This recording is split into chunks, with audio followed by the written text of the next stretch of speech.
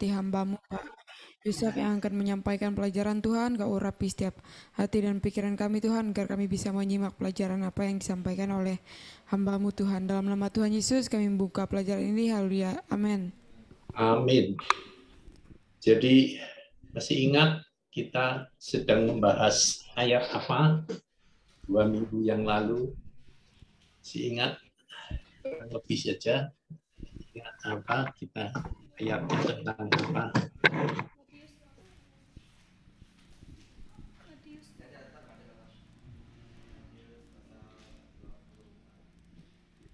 Bahwa kita dapat melakukan pekerjaan apa? Pekerjaan besar dari Tuhan. Dikatakan lebih besar daripada yang Tuhan Yesus kerjakan. Rasanya mungkin dan tidak mungkin kan ayat itu. Jadi perlu ditafsirkan dengan benar. Apa maksud sesungguhnya dari ayat tersebut? Di satu pihak, kita tidak bisa menafsirkan bahwa kita lebih sakti daripada Tuhan Yesus. Ya kan? Tidak ada satupun orang yang dari Tuhan Yesus. Tetapi ayatnya mengatakan bahwa engkau, ini janji Tuhan Yesus sendiri yang mengatakan bahwa engkau akan melakukan pekerjaan yang lebih besar daripada yang pernah dia lakukan. Nah, di sini tentu ada pekerjaan tertentu yang saudara dan saya bisa melakukan lebih besar. Ya, apa itu? Pekerjaan yang lebih besar yang kita bisa lakukan. Menurut Anda apa? Paling masuk akalnya gitu. Kalau membuat mukjizat, bisa nggak kita lebih besar dari Tuhan Yesus?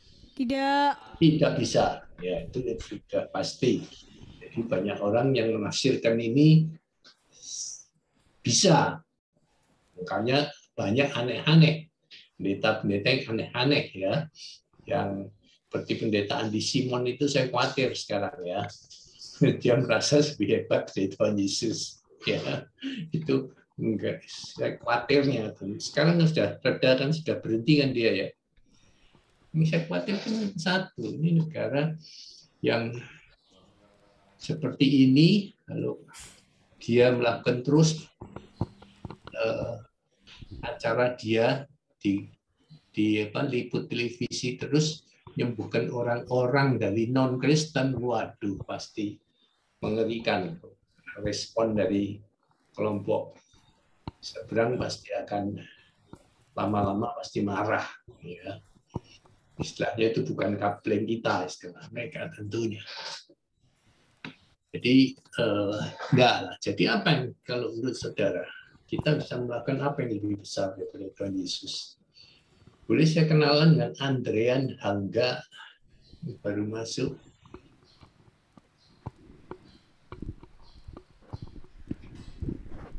Itu Angga Pak.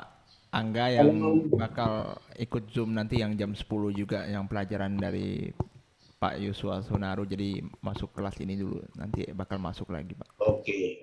Jadi siswa juga, siswa baru apa? Mantan siswa Pak. Oh mantan siswa sudah lulus angkatan pertama ya? Yang angkatan pertama dulu Pak, mungkin Bapak masih ingat Pak. Iya lupa saya, angkatan pertama. Sekarang sudah mengembalakan di mana Andrian? Lagi pelayanan di kampung Pak. Di kampung, kampungnya di mana? Di Simpang Pangaal dengan di Ringo. Oh, saya pikir kalau sudah lulus diberikan gereja untuk digembalakan gitu. Tergantung tempat yang diutus Pak. Kalau Angga ini kan mantan murid, jadi udah waktu itu terakhir di Meliau, jadi diutus dari sana. Oke. Selamat bergabung sama kita. Ya, pada angkatan pertama dulu sudah pernah ikut pelajaran saya enggak, Andrea? Pernah dulu Pak. Sebagian ya. Ya sebagian. Oke, baiklah. Jadi kita lanjutkan. Jadi ayat ini termasuk ayat yang harus hati-hati dalam menafsirkan. Ya, saya siapkan saja ayatnya dulu. Sorry, keliru. Share screen dulu. Oke, jadi untuk mengingatkan Anda kembali, kita sedang menafsirkan ayat Yohanes 14 ayat 12 yang bunyinya berkata, aku berkata kepadamu, aku ini Tuhan Yesus, Sesungguhnya barang siapa percaya kepadaku, ia akan melakukan juga pekerjaan-pekerjaan yang aku lakukan, bahkan kerjaan-kerjaan yang lebih besar daripada itu. Sebab aku pergi kepada Bapa. Kalimat terakhir ini penting sekali untuk penafsiran ayat ini ya. Jadi pekerjaan apa yang dia tinggalkan karena dia pergi kepada Bapa yang kemudian kita harus teruskan. Itu kan. Jadi intinya ada di situ.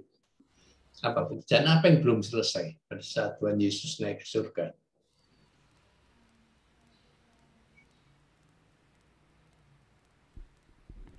Apa pekerjaan paling penting yang dia tinggalkan belum selesai? Apa itu? Pemberitaan Injil, Pak. Bagus 100%. Ya, bagus 100%. Karena bukan saja Tuhan Yesus belum menyelesaikan, bahkan baru saja dia mulai. Ya. Kemudian dia memberikan perintah kepada Petrus, engkau adalah Petrus, ya, dan di atas batu karang ini aku akan dirikan gerejaku. Jadi gereja juga belum ada pada saat Tuhan Yesus naik ke surga. Jadi tugas Petrus dan kawan-kawan mendirikan gereja. Setelah itu tentunya mendirikan gereja ya tidak bisa hanya mendirikan begitu saja. Nomor satu intinya, bahkan sebelum gereja ada itu ya ada jiwanya dulu, ada jemaatnya dulu kan. Gembalanya sudah ada, para muridnya semua jadi gembala, rasul dan sebagainya.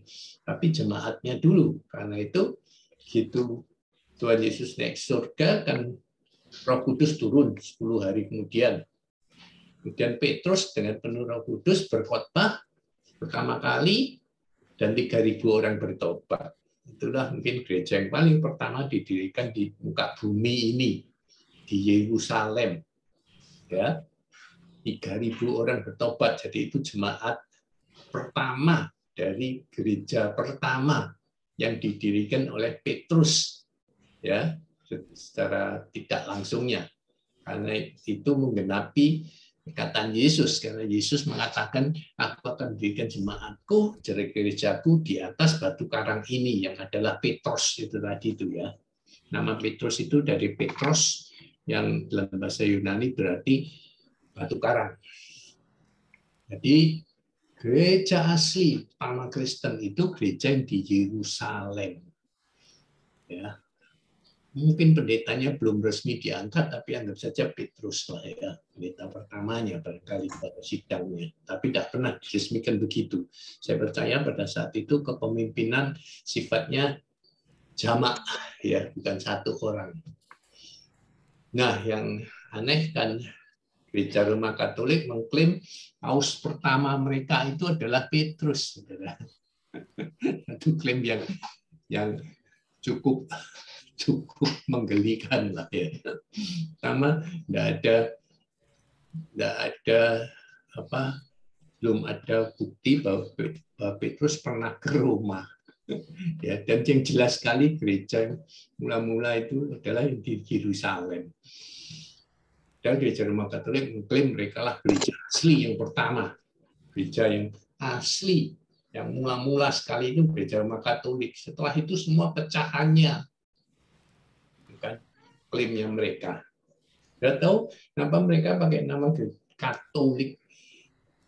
Katolik itu artinya universal, yaitu seluruh dunia. Artinya tidak ada aliran. Alirannya universal, dan itu bagus menurut saya. Itu positifnya gereja Katolik yang dari awal berdiri sampai dengan sekarang belum pernah pecah, istilahnya belum ada yang memecahkan diri, tapi gereja Roma Katoliknya tetap terus berlanjut. Nah, kita harus belajar dari mereka satu kepemimpinan yang kuat yang tidak menyebabkan gereja itu pecah terus. Gereja sekarang kan terus-menerus pecah ya, terus-menerus pecah. Sampai orang Katolik mengatakan itulah gara-gara bapaknya, leluhurnya yang namanya siapa? Leluhurnya gereja Protestan siapa namanya? Tahu nggak? Ingat nggak? Reformasi gereja, Martin Luther. betul. Martin Luther itu pemberontak pertama dari gereja Katolik ya, yang kemudian mendirikan gereja Protestan. Terus beranak cucu, pecah terus, ya. Lahir Pentakosta, lahir karismatik dan sebagainya, Injili dan sebagainya ribuan. Dalam hal ini kelemahan gereja Kristen ada di situ. Sedikit-sedikit pecah, sedikit-sedikit tidak sepakat.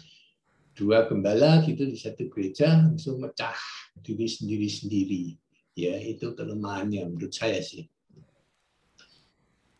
Sampai dikatakan karena bapak leluhurnya tukang protes, tukang mecah, maka ya tidak heran anak cucunya juga sama spiritnya, tukang mecah, tukang protes.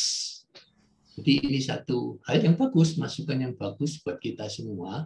Jadi nanti kalau saudara jadi gembala, mimpin satu jemaat, jangan gampang-gampang mecah, terus sedikit-sedikit tidak suka, terus bikin gereja sendiri gitu. Itu spirit yang menurut saya tidak bagus.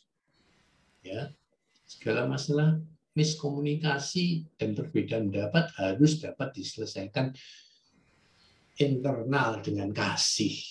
Ya, teorinya begitu. Di dalam prakteknya, egonya masing-masing gembala itu besar sekali di gereja Kristen terutama, ya, yang tidak nampak di gereja Katolik. Kita kurang penundukan dan kerendahan diri. Setiap orang ingin menjadi raja-raja kecil, tidak mau di bawah satu orang tertentu. Tidak senang dengan atasannya, terus mecah mendirikan gereja sendiri. Tahu ya saudara ya, maksud saya ya. Jadi jangan sampai mudah-mudah nanti kalau Anda dalam pelayanan ada perbedaan pendapat, langsung minggat istilahnya, terus mendirikan gereja sendiri. Lebih jeleknya lagi memboyong sebagian dari jemaat, pengikut-pengikut Anda yang setuju dengan Anda. Itu sangat buruk menurut saya. Kalau Anda keluar sebenarnya itu sudah buruk, tetapi jangan diperburuk dengan membawa orang. Kalau berani ya Anda mendirikan gereja sendiri, ya jangan bawa siapa-siapa, pergi jauh, ke tempat jauh, di tengah hutan kalau perlu. Kalau Anda jantan, ya, lantas dirikan gereja di sana, rintis mulai dari nol. Itu baru lumayan bagus, walaupun spirit pemberontakannya masih tetap ada. Oke, jadi yang kita dapat lakukan dan harus lakukan lebih hebat dari Tuhan Yesus adalah menjangkau jiwa sebanyak-banyaknya. Karena semasa pelayanan Tuhan Yesus 3 tahun lebih, dia paling menginjil berapa orang? Nggak sampai 10 orang. Mungkin ya, kalau yang tercatat di Alkitab. Ya. Dan Petrus sekali berkhotbah menangkan 3.000 jiwa. Itu sudah satu bukti. Ya, bukti pertama bahwa penerus Yesus akan melakukan yang lebih besar daripada yang Yesus lakukan. Yesus belum pernah berkhotbah 3.000 orang bertobat sekaligus ya. Alkitab tidak pernah catat seperti itu. Ya, tradisi inilah yang harus kita teruskan sampai sekarang. Jangan yang mujizatnya, kesembuhannya, berkatnya yang sekarang dikejar oleh banyak gereja. Oh, kalau bicara itu jauh lebih hebat gereja sekarang daripada pendeta sekarang daripada Tuhan Yesus. Tuhan Yesus itu boleh dibilang orang melarat, miskin sekali. Dikatakan rumah untuk dia menempatkan kepalanya untuk tidur aja dia tidak punya. Rumahnya di Nazaret ya miliknya Yusuf dan Maria. Dia sendiri tidak punya rumah setelah dewasa. Itu dia mengatakan sendiri. Sekarang pendeta-pendeta sekarang sudah tahu sukses-sukses yang begitu jemaatnya lebih dari 5.000, 10.000 orang, wah sudah jadi orang yang super kaya, ya. Sudah bangsa punya pesawat pribadi sendiri, gitulah, ya. Itu teologi kemakmuran menafsirkan bahwa kita harus lebih kaya dari Tuhan Yesus. Yang saya tidak terlalu setuju. Ya. Yang dimaksud Tuhan Yesus di sini adalah pekerjaan yang lebih besar. Kerjaan yang paling sulit apa sih? Menginjil, saudara. Jaga jiwa. Menggembalakan gampang. Kalau sudah ada jiwanya, menggembalakan lebih mudah. Benar ya? Benar ya? Yang susah kalau memenangkan jiwa baru. Gereja sekarang apa caranya memenangkan jiwa? Menambah jemaat, caranya gimana? Prakteknya yang Anda lihat, gereja-gereja sekarang.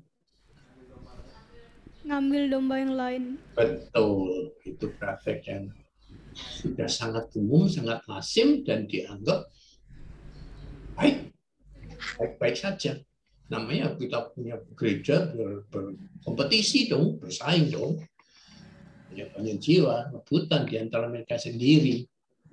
Yang saya sering katakan itu namanya bukan menginjil, bukan jangkau jiwa baru, tetapi itu namanya berburu di kebun binatang.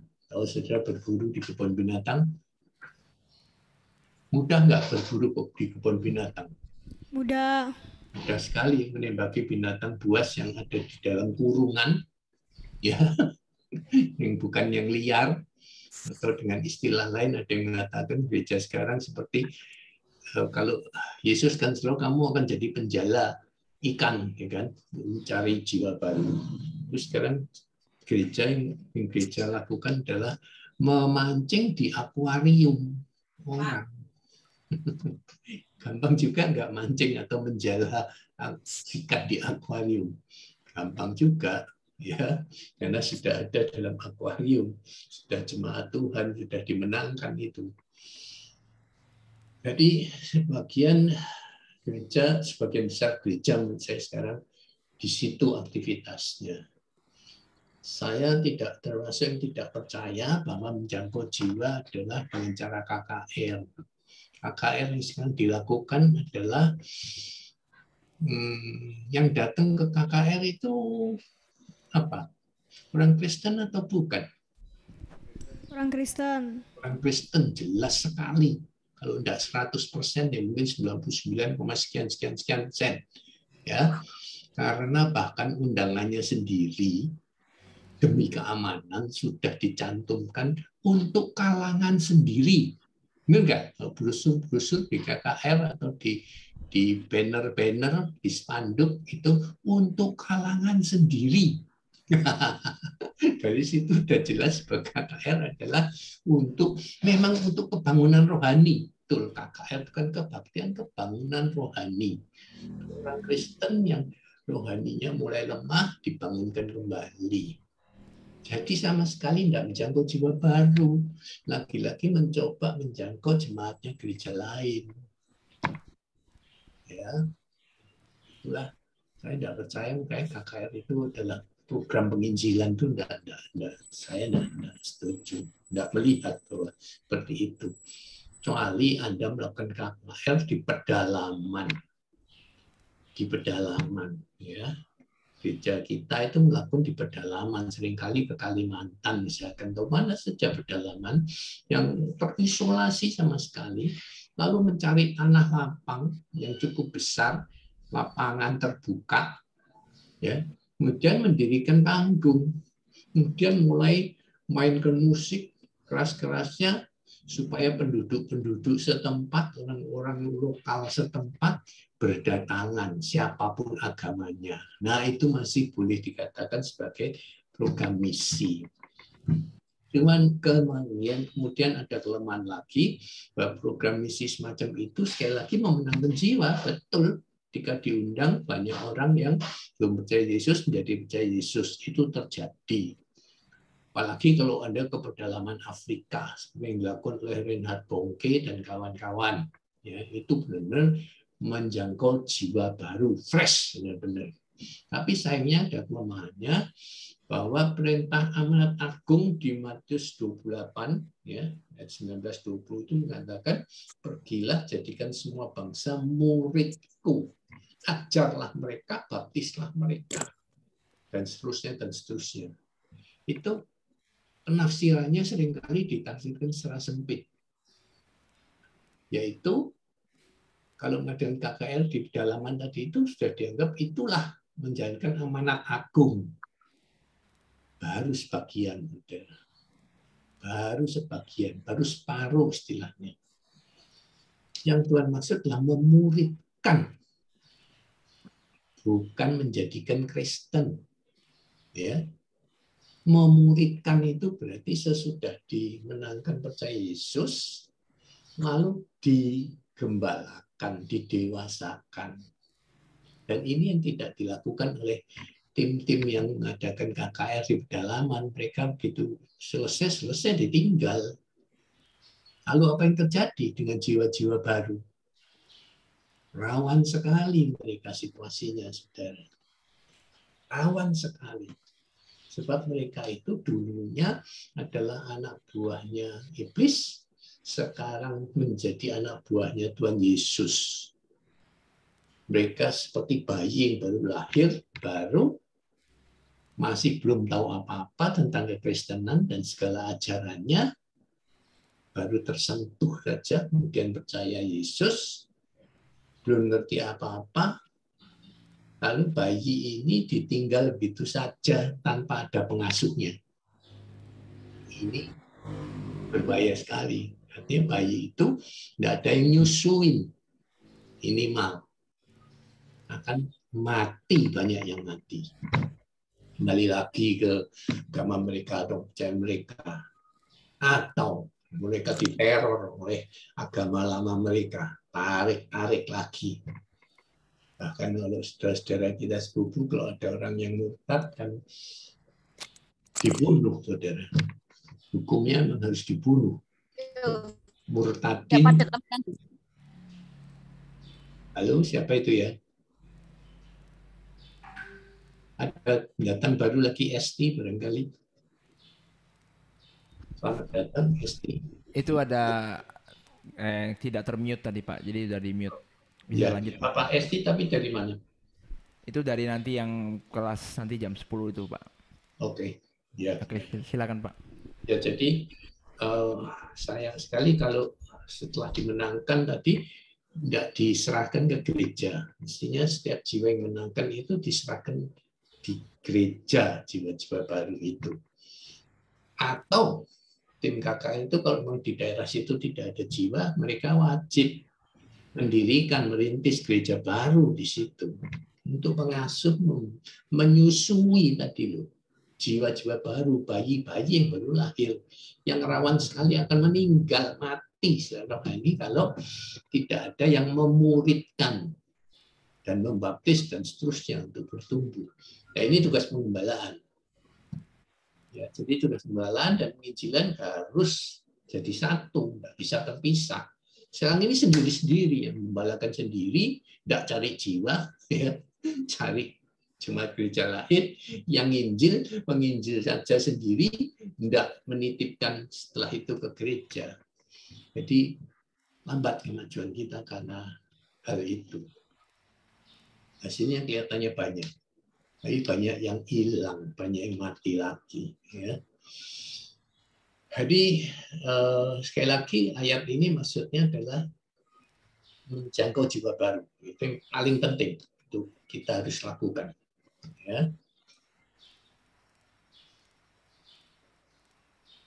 Kemudian juga mengenai karunia Roh Kudus, setelah Roh Kudus turun di Pentakosta, itu Roh Kudus membagi karunia-Nya kepada setiap anggota tubuh Kristus. Kalau dulu semua dimiliki Tuhan Yesus satu orang, ya kan, dia Tuhan kok ya. Dia yang punya semua karunia rohani itu. Ya. Misalkan apa sih karunia rohani? Boleh sebutkan? Teruskan apa yang dimaksud dengan karunia rohani? Spiritual gift bahasa Inggrisnya. Apa itu? Contohnya. Ada banyak, ada 25 jenis karunia rohani. Bisa sebutkan 5 saja? Karunia bernubuat, karunia pengetahuan, ya, sudah. karunia berhikmat. Cukup. Yang lain coba dibagi. Karena bernubuat, pengetahuan, hikmat. Karunia untuk menafsirkan bahasa roh. Ya, apalagi? Tidak, kalau stop nggak apa-apa, kasih yang lain, boleh. Ya 1, 2 boleh disebut, tapi jangan lebih dibagi. Karunia iman. Karunia iman, betul. Itu jadi iman itu sebenarnya, ingat lah sekali lagi ya. Karunia Iman itu adalah yang mengkaruniakan Tuhan. Dalam hal ini Roh Kudus, bukan timbul dari kita. Kalau Roh Kudus tidak memberikan iman, itu kita tidak punya iman. Rata-rata manusia pada umumnya tidak punya iman. Enggak itu. ya. Hanya Roh Kudus. Karena itu orang bisa bertobat percaya Yesus itu kalau Roh Kudus memberikan karunia iman kepada yang bersangkutan. Petrus kan. Apalagi karunia apa lagi? Yang lain sama. Karunia hikmat, Sudah disebut. Baru 5. karunia bermimpi, melakukan mukjizat. Oke, mimpi tidak termasuk itu mujizat. Oke, mujizat. Oke. Apa lagi? Karunia berkata-kata dalam bahasa roh, Iya, bagus bahasa roh. karunia menyembuhkan, Oke, ganti yang lain. Bukan bahasa roh, bagus. Apa lagi? Karunia membedakan roh. Oke, ya. Silakan apa lagi? Coba yang paling belakang.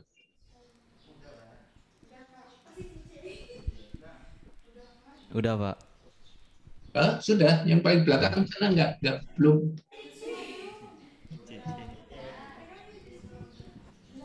Ada enggak ada? Oke, jadi ya masih banyak ya. Sekali. Karunia memberi tumpangan itu salah satu karunia juga. Ya, karunia mengajar. Ya, saya ini karunianya mengajar. Oke, jadi saya tidak bisa berbuat, saya tidak bisa mujizat segala macam, tidak bisa. Jadi karunia ini dibagi, saudara. Masing-masing orang paling dapat 1 atau 2 itu sudah bersyukur sekali. Kenapa? Supaya masing-masing orang yang punya karunia itu berkumpul, bersekutu dalam persekutuan rohani gereja untuk saling melengkapi, sehingga gereja tersebut menjadi lengkap karena semuanya ada. Tapi tidak pernah ada satu orang yang punya semuanya. Karena itu saya selalu mengatakan Roh Kudus mengajarkan untuk tidak melakukan one man show di gereja. Tahu maksudnya one man show ya? Terlalu banyak pendeta gembala sidang yang memimpin gerejanya one man show. Sendirian.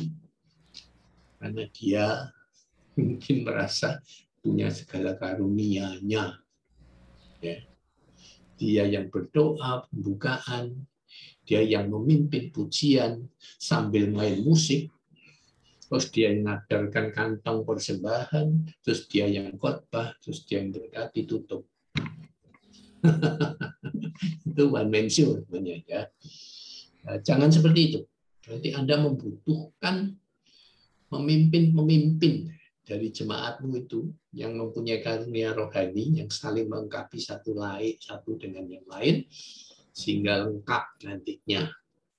Karena itu ada satu organisasi ataupun gereja yang mensyaratkan, khususnya karismatik mensyaratkan jemaat kalau mau jadi anggota gereja harus bisa berbahasa roh. Kalau tidak bisa berbahasa roh, berarti kamu bukan orang karismatik, tidak boleh ada di gereja karismatik. Ya boleh jadi jemaat maksudnya, tapi tidak bisa jadi member resmi. Ini yang keliru. Nah, sekali lagi, soal bahasa roh pun sama. Tidak semua orang harus dan bisa bahasa roh. Itu tidak ada keharusan sama sekali. Sama dengan karunia doa, karunia menyembuhkan, karunia bernubuat. Masa semua orang itu bisa? Enggak, dibagi masing-masing, sendiri-sendiri. Itulah diperlukan persekutuan di gereja. Tidak ada seorang pun yang sanggup sendiri menjalankan operasional gereja, ini tidak ada. Maka jangan pernah Saya sering dengar orang yang hebat sekali, gereja hebat, kok tidak ada saya, gereja ini sudah tutup. Tidak ada istilahnya itu. Ya, kita itu cuma sekrup kecil semuanya. Masuk gembala sidang, ketua sinode, semua itu sekrup kecilnya Tuhan. Itu yang kita harus sadari. Setiap anggota tubuh mempunyai fungsinya masing-masing. Ya, memang ada yang karunia pemimpin. Yang pemimpin itu jabatannya mungkin tinggi memang betul. Dan tidak ada yang lebih berharga daripada yang lain. Kan seperti tubuh Kristus, seperti tubuh kita. Masa kita bisa mengatakan kaki lebih berharga daripada tangan? Kita tidak bisa mengatakan kepala lebih berharga daripada jempol. Ya, semua ada fungsinya masing-masing. Oke. Tapi banyak orang yang merasa levelnya lebih tinggi kalau karunianya tertentu gitu ya. Itu yang salah. Kita harus saling menghargai dan peduli satu sama lain. Kan kalau tubuh kita sakit, misalkan jempol kaki kita aja, cantengan, sakitnya seluruh tubuh kan menderita. Benar nggak? Sariawan kecil di mulut saja, satu titik saja, sudah bikin kita susah tidur, susah makan, susah minum. Benar nggak? Itu kita saling membutuhkan satu sama lain. Dan masing-masing bagian harus setia pada pelayanan masing-masing. Tidak saling iri atau membanggakan diri. Umumnya orang-orang yang pelayanannya naik mimbar, itu sombong. Merasa bangga sekali. Karena dia ada di mimbar. Dia enggak ada di mimbar. Itu kan memang menonjol. Semua orang melihat dia di depan. Gitu ya. Itu bisa menimbulkan kebanggaan diri yang berlebihan dan bisa menimbulkan iri hati dari orang yang selalu di belakang layar. Ya, itu tugas-tugas belakang layar kan ya.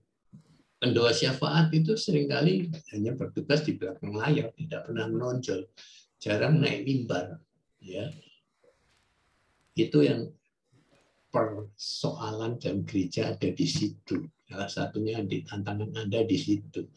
Ada yang saling iri dan saling gitu-gitulah. Udah merasa dianya yang paling hebat, paling dibutuhkan. Tidak ada dia, gerejanya gimana gitu ya.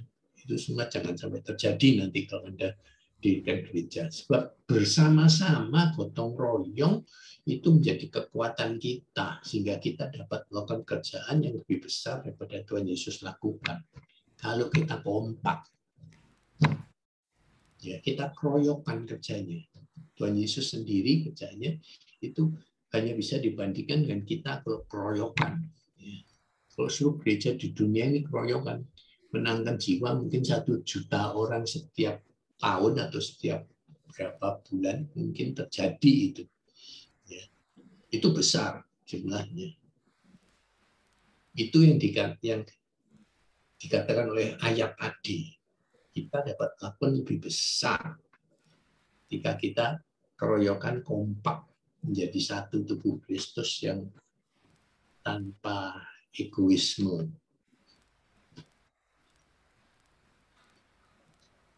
Yang menafsirkan seharfiah bahwa kita dapat melakukan lebih besar daripada yang Yesus lakukan itu berkata ketika kita gagal, ya, misalkan kita mendoakan orang sakit, lalu orang sakitnya tidak sembuh tapi mati malahan, maka orang-orang menafsirkan ayat ini secara harfiah mengatakan itu berarti kamu kurang iman, yang mendoakan tidak beriman. Ini fatal, penafsiran yang cukup fatal. Atau dikatakan kamu kurang berdoa, kurang berpuasa dan sebagainya. Kamu tidak mengandalkan Roh Kudus dan sebagainya. Ya, jadi salah menafsirkan bahwa kita seakan-akan selalu dapat kalau orang sakit berdoa harus sembuh. Karena Tuhan Yesus kan begitu. Saya bilang bahkan menyamai Tuhan Yesus saja tidak mungkin kalau untuk kasus menyembuhkan orang. Yesus itu menyembuhkan orang hasilnya 100%. Tidak ada orang yang tidak Tuhan jamah, jadi tidak sembuh itu tidak ada. selalu berhasil. Benar ya, di Alkitab mencatat begitu ya. Kalau pendeta sehebat-hebatnya punya karunia, sekalipun karunia mujizat dan menyembuhkan, cuma 1 dari 10, saya mengatakan secara jelas bahwa ini sudah ada studinya. Hanya 1 dari 10 yang dia doakan sembuh. 1 dari 10. Menurut saya bagus sekali. Bagus sekali, tidak usah macam-macam. Hasilnya kita bisa 100% seperti Yesus. Tidak mungkin lah. Sebab bukan itu yang dimaksud oleh ayat ini. Dimaksud lebih mengarah ke penginjilan. Hasil penginjilan dunia. Saat ini ya, sekarang ini ya, ada 2,7 miliar orang Kristen Katolik di seluruh dunia dari 7 miliar orang penduduk dunia sekarang ini. Ya, lebih itu sepertiganya. Katoliknya 1,35 juta. Kristennya sama. Kira-kira seimbang. Kristen sama Katolik kurang lebih dari dulu seimbang. Ya, Kristen itu di total semua aliran denominasi. Katolik kan cuma 1. Cina sekarang menjadi negara dengan umat Kristen terbesar.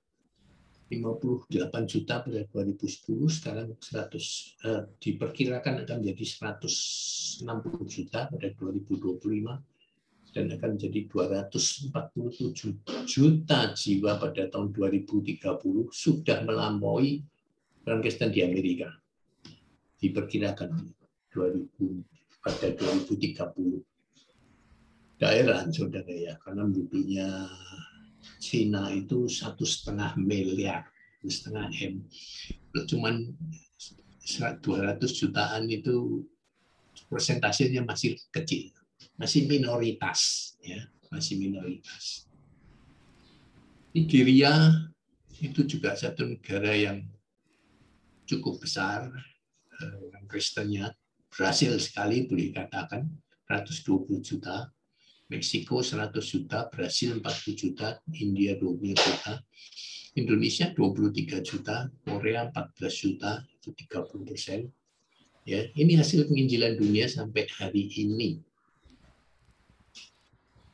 2000 tahun gereja menginjil dunia, hasilnya sepertiga dari penduduk dunia ini dimenangkan bagi Kristus. Ini kita abaikan dulu Kristen KTP atau tidak KTP ya. Pokoknya orang yang ngaku Kristen yang dihitung, didata. Karena tidak bisa mendata mana yang sungguh-sungguh Kristen atau mana yang bukan. Tapi menurut banyak observasi, peneliti mengatakan yang sungguh-sungguh itu sepertiganya. Kalau 2,7 M itu cuma 900 juta yang sungguh-sungguh. Tahu ya, Kristen yang sungguh-sungguh, Kristen atau Katolik yang sungguh-sungguh, yang 2/3-nya KTP. Ini rata-rata semua agama seperti itu. Ini sepertiga yang sungguh-sungguh, yang 2/3 cuman KTP, cuman istilahnya ibadah sebulan sekali, itu berapa minggu sekali. Oke, jadi kalau saya mau tanya sama saudara, hasil kita 2000 tahun, sepertiga lah kita menangkan, masih sisa 2/3, hampir 5 miliar orang. Kira-kira kita butuh waktu berapa lama lagi untuk memenangkan seluruh dunia? Karena targetnya menangkan seluruh dunia kan. Enggak. Sebelum Tuhan Yesus datang, butuh waktu berapa lama? 4.000, Pak. 4.000 tahun lagi. Jadi menurut hitung-hitungan kasarnya 4.000 tahun lagi. Itu juga belum tentu terjadi. Berarti Tuhan Yesus baru datang 4.000 tahun lagi kira-kira. Rasanya tidak seperti itu. Rasanya tidak seperti itu. Yang Alkitab katakan adalah Yesus tidak akan datang kedua kalinya sebelum Injil ini diberitakan sampai ke ujung bumi. Injil diberitakan sampai ke ujung bumi. Jadi bukan memenangkan semua orang. Ini juga salah tafsiran banyak orang. Tidak mungkin kita menangkan semua, tidak mungkin. Tidak akan pernah ada dunia di mana 100% semua orang Kristen, tidak mungkin. Itu kan tidak mungkin. Pasti selalu ada orang yang menolak, ngeyel istilahnya ya. Soal vaksin saja tidak pernah bisa 100% orang mau divaksin kok ya. Tahu banyak yang ngeyel. Lagi percaya Yesus lebih sukar lagi. Jadi targetnya cuman Injil ini diberitakan. Semua orang sudah pernah mendengar Injil. Sebabnya kenapa saudara? Kalau ada satu orang saja belum mendengar Injil di dunia ini, lalu Tuhan Yesus datang dan dihakimi, orang ini dihakimi kamu masuk neraka karena tidak menerima Injil, dia akan bilang saya belum pernah dengar Injil, nama Yesus belum pernah saya dengar seumur hidup saya. Masa saya dihukum? Masa salah saya? Kalau saya belum pernah dengar Injil, saya belum pernah ditawarkan untuk percaya kepada Tuhan Yesus. Masa harus masuk neraka? Ini kan tidak adil. Jadi maksudnya Tuhan Yesus hanya akan datang setelah Injil semua orang pernah dengar, pernah diberitakan. Lalu mereka tinggal memilih apa? Memilih percaya atau tidak. Nah, itu baru adil kalau kemudian diadili oleh hakim agung kita pada pengadilan terakhir.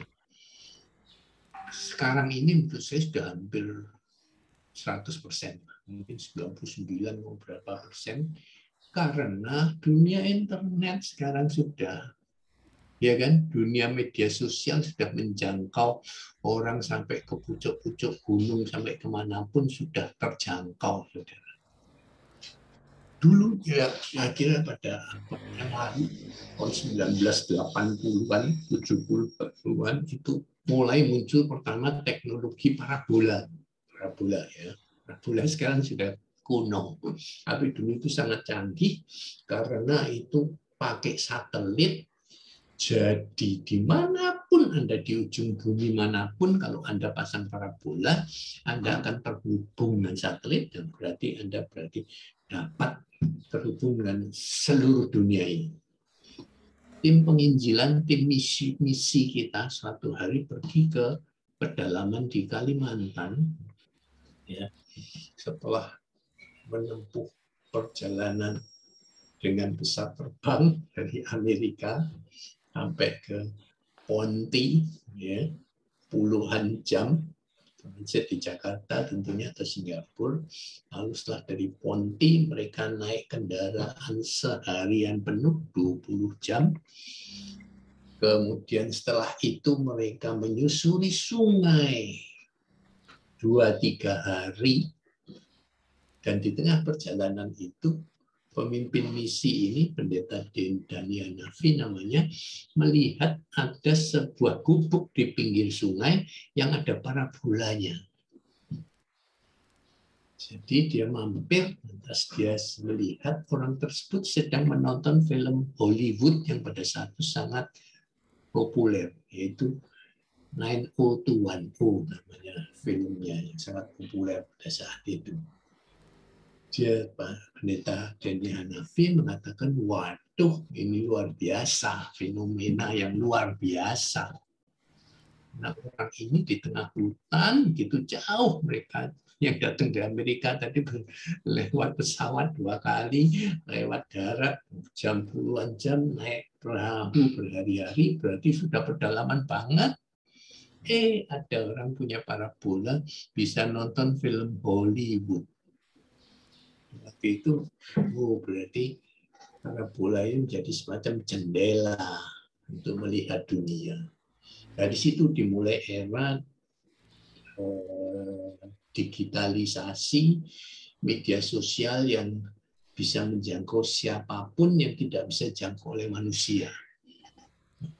Ya, orang sampai ke situ susah, tetapi dengan ada parabola waktu itu sudah dapat dijangkau dengan penginjilan, dan banyak sekali televisi penginjilan dari Amerika yang dapat ditangkap tentunya di tempat itu. Lalu berkembang terus, parabola menjadi kuno, lalu mulai internet dan sebagainya. Sekarang siapa sih yang tidak pernah dengar Injil? Di mana-mana ada Injil sekarang. Apalagi dengan pandemi ini makin dipercepat lagi, saudara. Kalau dulu masih tidak banyak gereja yang mengadakan siaran kebaktian online, live streaming. Tapi karena pandemi, sekarang hampir semua gereja, bahkan orang-orang pribadi-pribadi, semua bikin online. YouTube seperti kalian semua ini, sekarang ini saya masuk di YouTube, semua orang dapat mendengar. Sudah bisa bayangkan ya, berarti sudah jangkauannya sudah tidak terbatas sama sekali. Sehingga tinggal bisa dihitung berapa orang yang belum pernah dengar Injil di dunia ini, saya kira. Kita tidak tahu datanya. Tapi dengan jangkauan sekarang ya, jangkauan medsos yang begitu merata kemana-mana, saya percaya sudah dekat waktunya untuk Tuhan Yesus datang karena sudah terjangkau kemana-mana. Gereja-gereja besar di Nigeria ini. Pernah beberapa teman-teman gereja saya diundang ke gereja di Nigeria. Nah, kita pernah mengundang salah satu pendetanya ke gereja kita. Setelah itu kita diundang balik ke sana. Gereja di Nigeria itu di Lagos, kotanya Nigeria itu besarnya tidak pernah dapat saudara bayangkan. 1 juta orang bisa masuk di gereja itu. Bentuknya seperti hanggar, pesawat terbang, ya. Lalu ketika masuk gereja, pendeta ini bersama rombongan kita dari Indonesia harus naik mobil, saudara. Karena dari pintu gereja sampai ke mimbar itu ada 3-4 kilometer. Jalan yang ngap. Jadi harus naik mobil. Saudara dapat bayangkan. Saya tidak bisa bayangkan. Jauhnya dari pintu masuk ke mimbar 3-4 kilometer. Jadi tidak heran 1 juta orang masuk. Tentu bangunannya ya sederhana seperti ini. Ya. Bukan gedung-gedung yang mewah seperti di Amerika. Amerika gedung yang mewah-mewah, sound systemnya hebat-hebat sekali, semua di soundproof semua, ya miliaran dolar harganya, paling bisa nampung 1.000-2.000 orang. Itu pendeta sudah cukup kaya. Kalau di Amerika juga punya jemaat 1.000-2.000 orang sudah boleh kipas lah. Gajinya sudah $1. Ya, ini gereja di Indonesia, salah satu yang terbesar. Ya, saya tidak perlu sebut namanya. Ya, kapasitasnya 30.000 orang.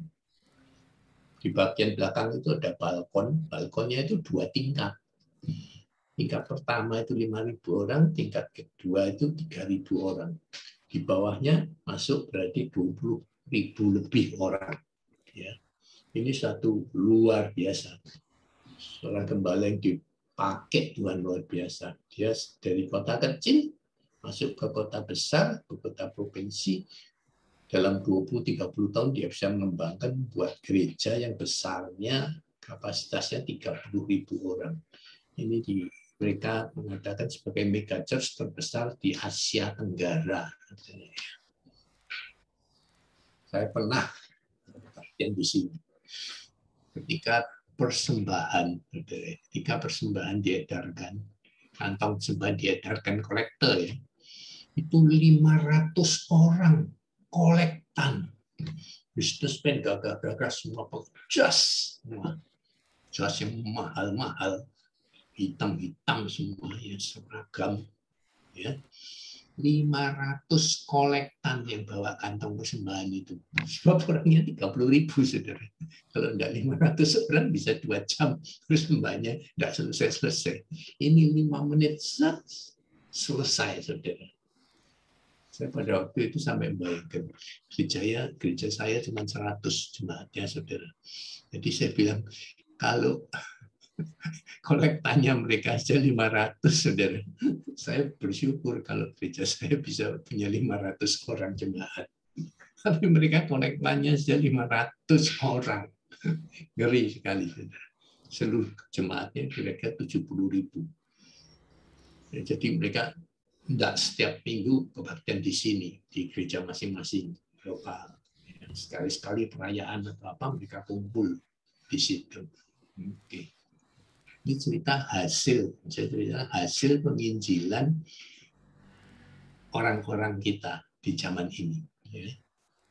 Cukup besar, cukup hebat. Nah, ini tokoh-tokohnya, saya tidak perlu sebut ini orang-orang tokoh di Indonesia yang mega churches, pemimpin-pemimpinnya ini semua yang terkenal di dunia, Korea Selatan, US, Amerika, dan sebagainya. Misionaris kalau saya bisa sebut, Reinhard Bonnke itu terbesar, penginjil itu Benny Hinn.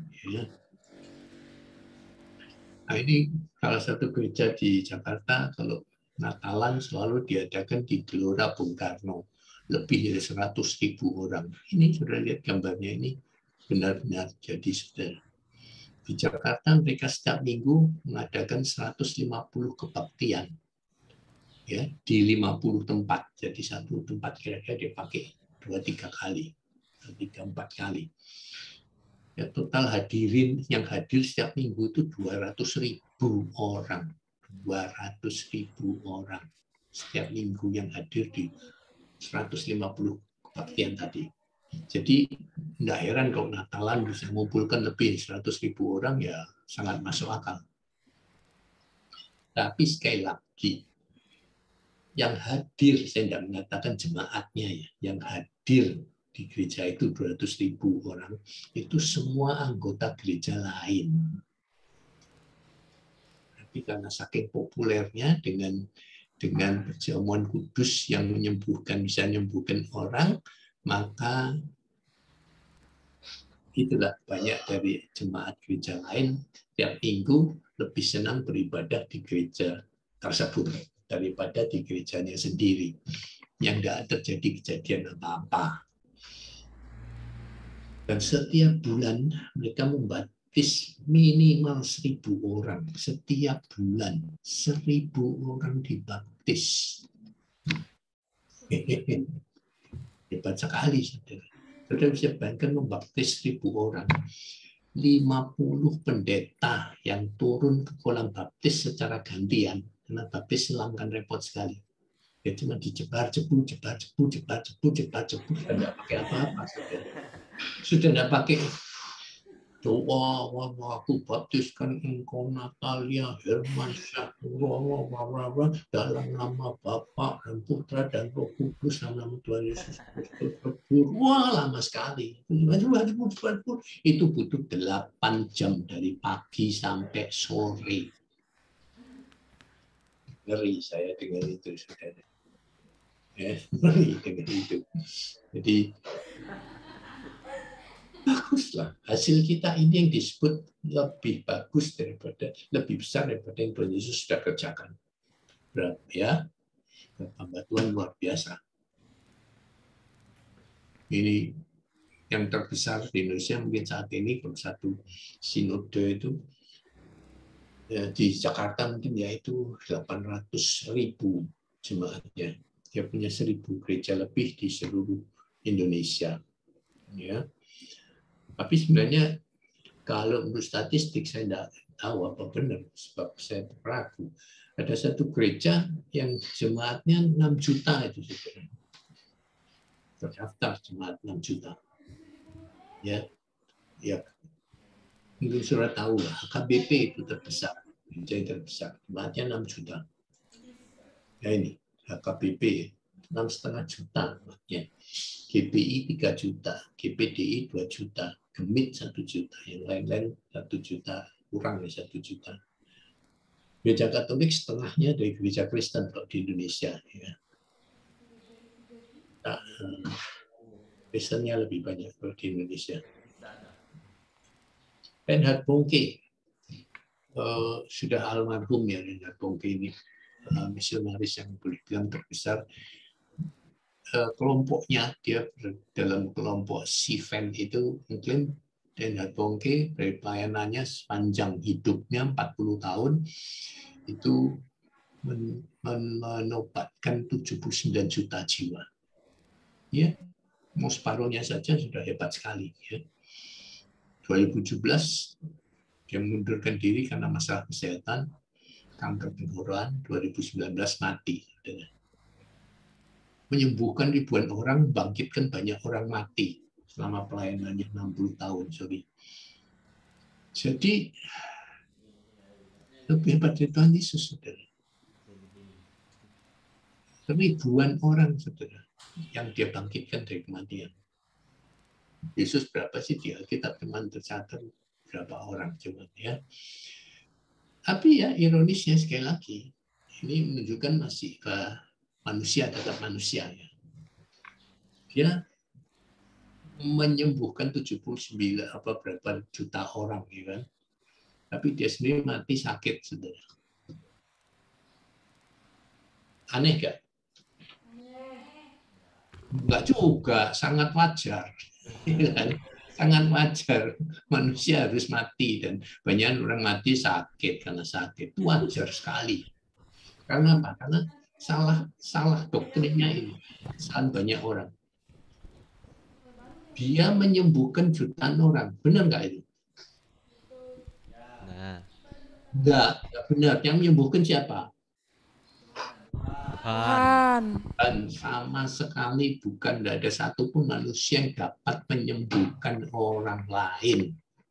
Tidak ada orang pun manusia. Keliru jadi. Ya, kita kebanyakan keliru doktrinnya. Bahkan para hamba Tuhan yang diberi karunia penyembuhan pun sering kali meleset. Itu ngerti, tetapi ketika hari tuanya dia sakit-sakitan, berdoa sendiri tidak sembuh, lalu mulai sedikit banyak ya kecewa kan. Wajar kan?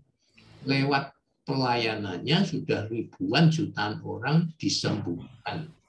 Ketika dia berdoa tumpang tangan. Ketika dia sakit sendiri, Tuhan tidak menyembuhkan. Kecewa enggak? Kecewa. Ke manusia wajar.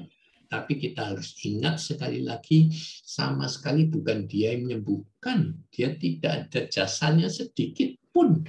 Dia harus bahkan berterima kasih dipakai Tuhan. Bukan orang yang lain. Itu sudah cukup lebih untuk bersyukur. Dan kalau dia mati karena sakit, ya sewajar-wajarnya. Tidak ada yang aneh dan perlu dikecewakan. Ingat ya, nanti saudara juga melayani, jangan begitu. Jangan pernah kecewa karena saya sudah membalapkan gereja ini, jemaatnya 30 tahun. Lalu saya pensiun, dibuang begitu saja. Ketika saya sakit, tidak ada jemaat yang mengunjungi saya. Padahal seumur hidup saya, pelayanan saya 30 tahun, saya mengunjungi ratusan ribuan jemaat saya. Jangan seperti itu. Tidak akan kecewa. Oke, kalau Anda memutuskan untuk pelayanan, udah jangan pernah merasa engkau pernah berjasa pada siapapun juga. Oke, waktu saya habis, sorry. Waktu saya habis, sorry. Saya akan stop karena ada pelajaran lanjutan ya. Oke. Ini tutup berdoa. Silakan tutup dalam doa. Mari kita bersatu dalam doa. Tuhan Yesus, terima kasih Tuhan untuk penyertaan